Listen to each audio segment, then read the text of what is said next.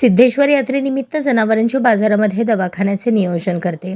दरवर्षीप्रमाणे यावर्षी सुद्धा ही सेवा अखंड चालू आहे।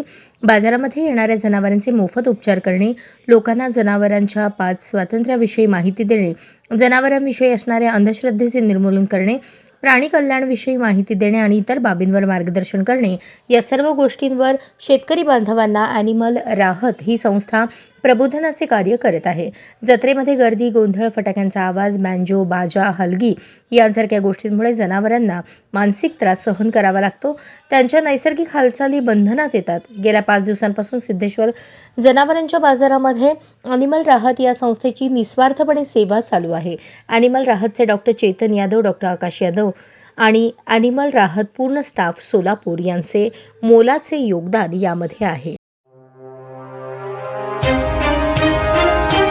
आज सकाळच्या सुमारास बोरामणी नाका येथे दुचाकी आणि ट्रकचा भीषण अपघात झाला। या अपघातात ट्रकच्या खाली येऊन दुचाकीस्वार गंभीर जखमी झाल्याची घटना समोर आली आहे। अनिल आनंदराव शिंदे, वय 52, राहणार बाळीवेस, बुधले गल्ली, सोलापूर असे जखमी झालेल्या इस्माचे नाव आहे। मिळालेल्या माहितीनुसार दुचाकीस्वार हे मार्केट यार्ड येथून राहत्या घरी म्हणजेच बाळीवेस येथे निघाले होते। ते बोरामणी नाका इथे आले असता ट्रकने त्यांना जोराची धडक दिली। या धडकेत त्यांच्या उजव्या पायास मुकामार लागल्याने त्यांना मदतनीस संजीव कुमार कोळी, जिल्हाध्यक्ष मराठी महाराष्ट्र कोळी समाज संघ सोलापूर यांनी उपचारासाठी सोलापुरातील शासकीय रुग्णालय अर्थात सिव्हिल हॉस्पिटल या ठिकाणी दाखल केले। सदर घटनेची नोंद सिव्हिल पोलीस चौकीत झाली आहे। अधिक माहिती संजीव कुमार कोळी यांनी माध्यमांशी बोलताना दिली।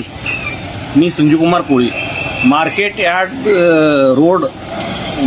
ते बोरामणी नाका हे मृत्यूचा सापळा असलेला रोड तयार झालेला आहे। जिथं माणसांनी मृत्यूला आमंत्रण देण्याचा रोड आहे, तिथं माणूस वाचण्याची शक्यता बिलकुल नाही।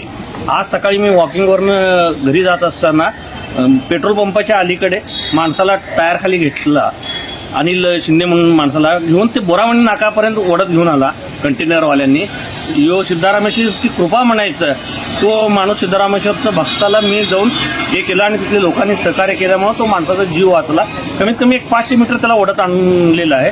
इथं जड वाहतूक बंद व्हायला पाहिजे आणि इथं रोज ना रोज एक ॲक्सिडेंट होतंय। इथं मृत्यूला आमंत्रण, त्या रोडवरनं जायचं म्हणलं तर मृत्यूला आमंत्रण देण्यासारखं आहे। आणि पोलीस लोक काय करतात, 500-1000 रुपये घेतात आणि मोठे जड वाहनं सोडून टाकतात। तिथं लोक मरू दे अगर काही करू दे, त्यांना त्याच्याशी काही देणं घेणं नाही। आज सकाळी एवढं हे केलं तर पोलीस नव्हते, कोणी ट्रॉफिकवाल्या नव्हते। कमीत कमी तिथं हे थरारमय नाट्य माणूस गाडीखाली अर्धा तास अडकून पडला होता।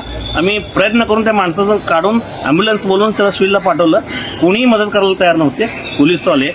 तरी तिथल्या नागरिकांनी, सुजाण नागरिकांनी आणि मानव धर्म लक्षात ठेवून लोकांनी मदत करून त्याला आता मी सिव्हिलमध्ये घेऊन आलेला आहे। तर जीव वाचलेला आहे, त्याचा पाय केस झालेला आहे। तरी याचं माननीय पोलीस कमिशनर साहेबांनी लक्ष घालून या रस्त्याचं हे मान्य तिथले जेल रोड पोलीस ठाणे किंवा ट्रॉफिकचे PI अधिकारी त्यांना जातीने त्यांच्याकडे लक्ष देऊन सांगणे की बाबा त्या रोडवर मार्केट यार्डपासून ते किंवा ॲग्रो इंडस्ट्रीजपासून ते बोरामणी नाका त्या रोडवर होईल तेवढं पोलीस जास्त ठेवणे, इमर्जन्सी गाडी ठेवणे, ॲम्ब्युलन्स ठेवणे। रोज 1-2 ॲक्सिडेंट होतात। लहान लेकरं शाळेला ते जातात, मग आपण काय लोक मेल्यावर आपण त्यांना मदत करणार आहे?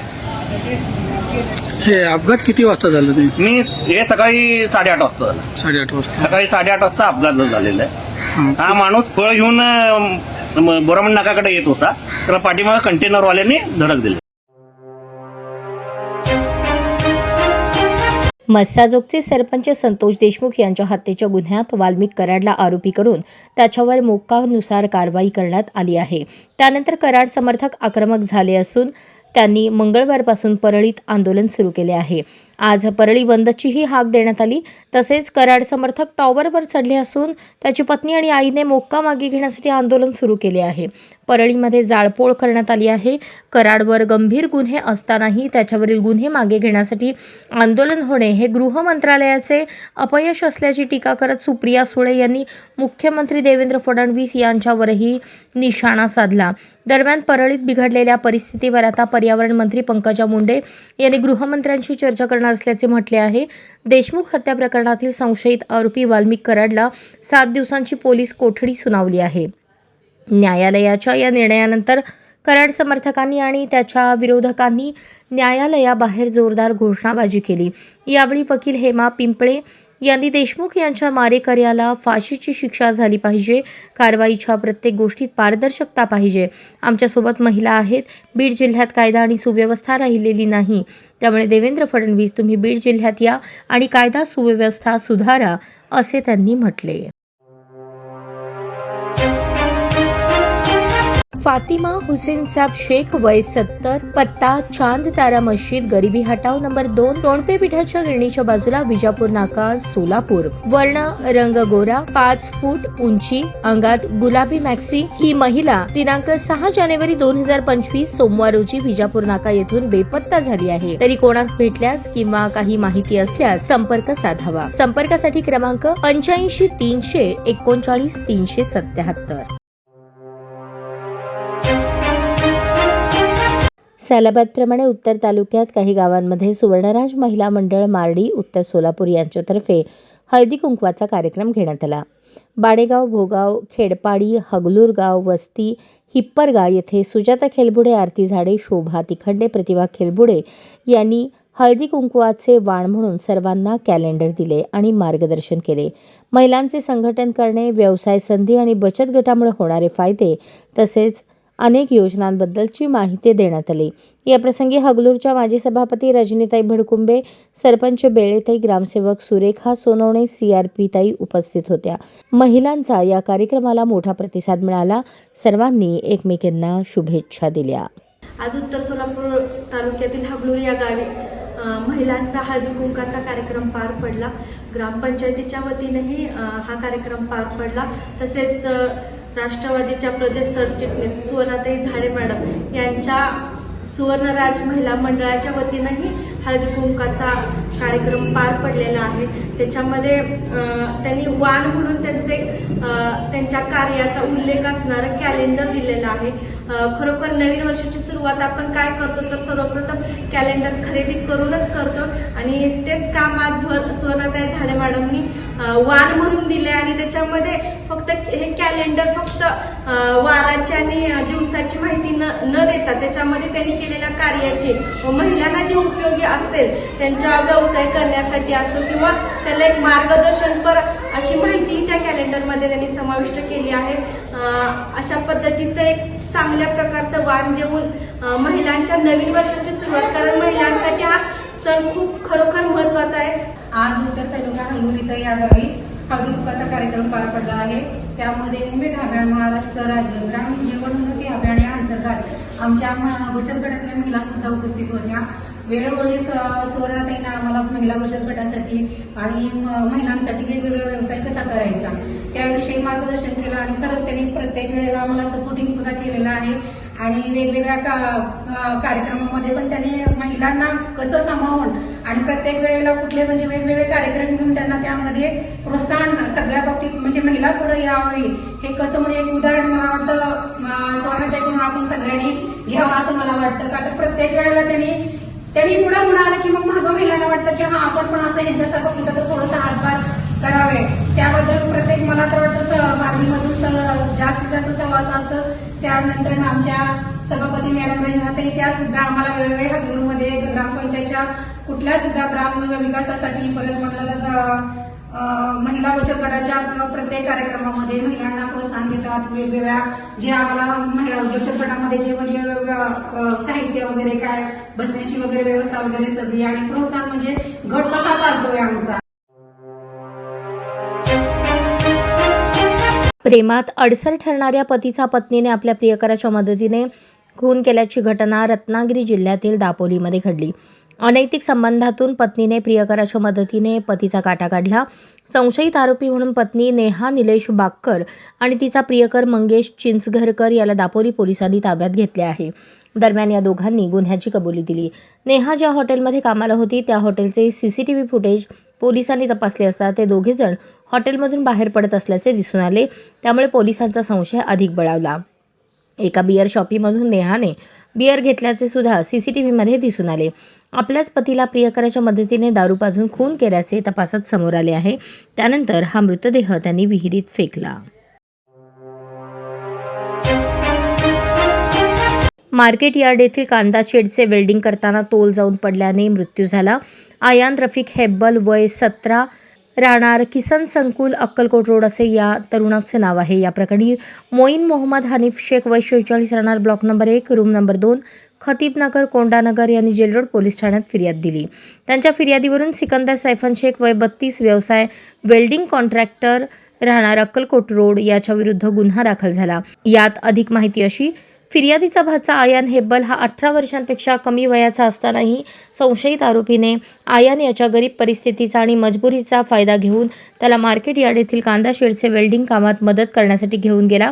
संशयित आरोपीने उंचीवरील काम करताना आयान यास कोणत्याही प्रकारची सुरक्षा साधने उपलब्ध करून न देता हयगईने वागवून त्याच्या मृत्यूस कारणीभूत झाल्याने फिर्यादीची संशयित आरोपी विरुद्ध तक्रार आहे, असे फिर्यादीत नमूद आहे. ही घटना 14 जानेवारी रोजी सकाळी 11च्या सुमारास घडली. याचा पुढील तपास पोलीस सब इन्स्पेक्टर डेरे करत आहेत. हिंदी चित्रपटसृष्टीतील अभिनेता सैफ अली खानवर चाकूने हल्ला करण्यात आला असून या हल्ल्यात सैफ जखमी झाला असून त्याला लीलावती हॉस्पिटलमध्ये दाखल करण्यात आले आहे. मिळालेल्या माहितीनुसार काल रात्रीच्या सुमारास सैफच्या घरी चोर घुसला होता. या दरम्यान चोराने सैफवर हल्ला केला. या हल्ल्यात तो जखमी झाला आहे. या घटनेने खळबळ उडाली आहे. सैफवर त्याच्या वांद्रे येथील राहत्या घरी चाकू हल्ला झाला. घटनेची माहिती मिळताच पोलीस घटनास्थळी दाखल झाले. त्यांच्याकडून हल्लेखोराचा शोध सुरू आहे. डॉक्टरांनी त्याच्यावर उपचार केले असून सैफची प्रकृती स्थिर असल्याची माहिती रुग्णालयातील सूत्रांनी दिली. रुग्णालयाचे मुख्य कार्यकारी अधिकारी नीरज उत्तमानी यांनी दिलेल्या माहितीनुसार सैफला या हल्ल्यात 6 जखमा झाल्या आहेत. यातील 2 जखमा खोलवर आहेत. 1 जखम पाठीच्या कण्याजवळ आहे. न्यूरोसर्जन डॉक्टर नितीन डांगे, सौंदर्य शास्त्रज्ञ डॉक्टर लीना जैन यांच्या देखरेखीत सैफवर शस्त्रक्रिया सुरू आहे. शस्त्रक्रिया झाल्यानंतर या जखमांमुळे शरीराचे किती नुकसान झाले याचा अंदाज येईल, असे डॉक्टर उत्तमानी यांनी सांगितले. मस्साजोग गावचे सरपंच संतोष देशमुख यांच्या हत्या प्रकरणातील मुख्य संशयित आरोपी वाल्मिक कराडच्या अडचणीत वाढ झाली आहे. कारण आज कराडला बीड न्यायालयात हजर करण्यात आले होते. त्यावेळी एक धक्कादायक बाब उघडकीस आल्याने कराडला 10 दिवसांची पोलीस कोठडी सुनावण्यात आली आहे. खंडणी प्रकरणी अटकेत असलेल्या कराडवर मोक्का लावण्यात आला आहे. अशातच आता देशमुख हत्येच्या कटात सहभागी असल्याचा ठपका कराडवर ठेवला आहे. त्यामुळे आज बीड न्यायालयात कराडला हजर केल्यावर SITचे प्रमुख अनिल गुजर यांनी कराडचा देशमुख खून प्रकरणात सहभाग असल्याचा पुरावाच न्यायालयाला दिला आहे. आणि ज्या दिवशी देशमुख यांची हत्या झाली अगदी त्याच दिवशी दुपारी 3:20 ते 3:30च्या दरम्यान आरोपी सुदर्शन घुले, विष्णू चाटे यांचे कराड यांच्याशी फोनवरून बोलणे झाले असल्याचे समोर आले आहे. सोलापूर शहरातील होडगी रोडवरील विमानतळाचे 50% काम पूर्ण झालेले आहे. मुंबई एअरपोर्ट ऑथॉरिटीने 2 धावपट्ट्या तयार करून झालेल्या असताना देखील सोलापूरची विमानसेवा सुरळीत का होत नाही हा एक प्रश्न निर्माण होतो. या संदर्भात सोलापूर विकास मंचचे केतन शहा यांना आमच्या प्रतिनिधीने विचारले असता त्यांनी आपले मनोगत मांडले. त्यांचे मनोगत ऐकल्यानंतर तमाम शहरवासियांना लगेच लक्षात येईल की यासाठी नेमके जबाबदार कोण. नमस्कार, मी केतन शहा, सोलापूर विकास मंच सदस्य, Maharashtra chamber of commerce civil aviation समिती को चेअरमन. सोलापूरच्या विमानसेवेबद्दल मागील 3-4 वर्षापासून आम्ही जे आंदोलन करत आहोत, 95% काम पूर्ण झालं असतानासुद्धा 5% सोलापूरची विमानसेवा सुरू होत नाही. ही दुर्भाग्याची गोष्ट आहे. आदरणीय नरेंद्र मोदी साहेबांनी, हे देशाचे पंतप्रधान आहेत, त्यांनी उद्घाटन केल्यानंतरसुद्धा आज 2 महिने होत आले तरी विमानसेवा चालू होत नाही. ह्याच्या मागचं गोडमंगल काय ते कळण्यास मार्ग नाही. ज्यावेळेला पंतप्रधान उद्घाटन करतात तर त्याच्यात कुठलेच त्रुटी राहायला नाही पाहिजे आहे. ही प्रशासनाची जबाबदारी आहे व एअरपोर्ट ऑथॉरिटीची जबाबदारी आहे. उद्घाटन म्हणजे इलेक्शनच्या पूर्वी उद्घाटन करून तो इलेक्शनचा जुमलाच केल्यासारखं झालं असं लोकांच्या मध्ये चर्चा आहे. कारण विमानसेवा अत्यंत गरजेची सोलापूरची आहे. एवढे 5 तीर्थक्षेत्र, एवढे उद्योग आणि एवढं कृषी विभाग, एवढं सगळं समृद्ध असतानासुद्धा आपल्याकडे विमानसेवा चालू होत नाही. आपल्याकडं निर्यातदार आयातदार विमानाने सोलापूरला पोचू शकत नाही. त्यामुळे शेतकऱ्याचं अतोनात नुकसान होतं आहे. डाळिंब आहे, द्राक्ष आहे, पेरू आहे, केळी आहेत, हे सगळ्याचं निर्यात आपल्याकडं सर्वात जास्त होतं महाराष्ट्रामध्ये. तरीसुद्धा आपल्याकडं विमानसेवा चालू होत नाही. ही दुर्भाग्याची गोष्ट आहे. सोलापुराचे लोकप्रतिनिधीसुद्धा प्रयत्न करणं गरजेचं आहे. त्यांचे प्रयत्न कमी पडत आहे त्याचं स्पष्ट दिसत आहे. प्रशासन प्रयत्न करत आहे पण प्रशासनच्या प्रयत्नालासुद्धा यश येत नाही असं दिसून येत आहे. त्यासाठी विकास मंचने गाजर आंदोलनसुद्धा केलं पण अद्याप प्रशासन जागे झालेलं नाही आहे. सोलापूरची विमानसेवेसाठी मुंबई एअरपोर्टवर टर्मिनल 1 मुंबई विमानतळावर आपलं सोलापूरची फ्लाईट येण्याचे स्लॉटसुद्धा रिकामी ठेवलेलं आहे आणि त्यांच्या टाईम टेबलमध्ये सुद्धा सकाळी 11:35 सोलापूरचं विमान तिथं पोचेल त्याची जागा रिकामी ठेवलेली आहे व तिथून 12:10 डिपार्चर होईल, तिथनं टेक ऑफ होईल, ही जागासुद्धा रिकामी सोडलेली आहे. आता जर ताबडतोब विमानसेवा सुरू झाली नाही तर ही जागा जास्त वेळ टर्मिनल थांबू शकत नाही, दुसऱ्या कुठल्या विमान कंपनीला देतील. त्यामुळे पुनश्च स्लॉट मिळणं अवघड आहे. हा स्लॉट चांगला आहे आणि सकाळी इथून निघालेला मनुष्य त्याला घरी आंघोळ करून नाश्ता करून निघू शकतो. त्यामुळं तिथं त्याला मंत्रालयात असू दे, हायकोर्टात असू दे, सरकारी कार्यालयात असू दे, सर्व कामे निपटून तो सिद्धेश्वरनी बसून सकाळी इथं येऊ शकतो. म्हणजे मुंबईला राहण्याचा लॉजचा खर्च त्याचा वाचतो. त्या हिशोबाने आपले हे विमानसेवाचं स्लॉट अत्यंत उपयुक्त आहे. हा स्लॉट जाऊ नये म्हणून पुनश्च एकदा प्रशासनाला, एअरपोर्ट ऑथॉरिटीला व फ्लाय 91 कंपनीला विनंती करत आहोत की ताबडतोब विमानसेवा सुरू करावी, अन्यथा आम्हाला पुनश्च आंदोलन करण्याची पाळी येऊ नये.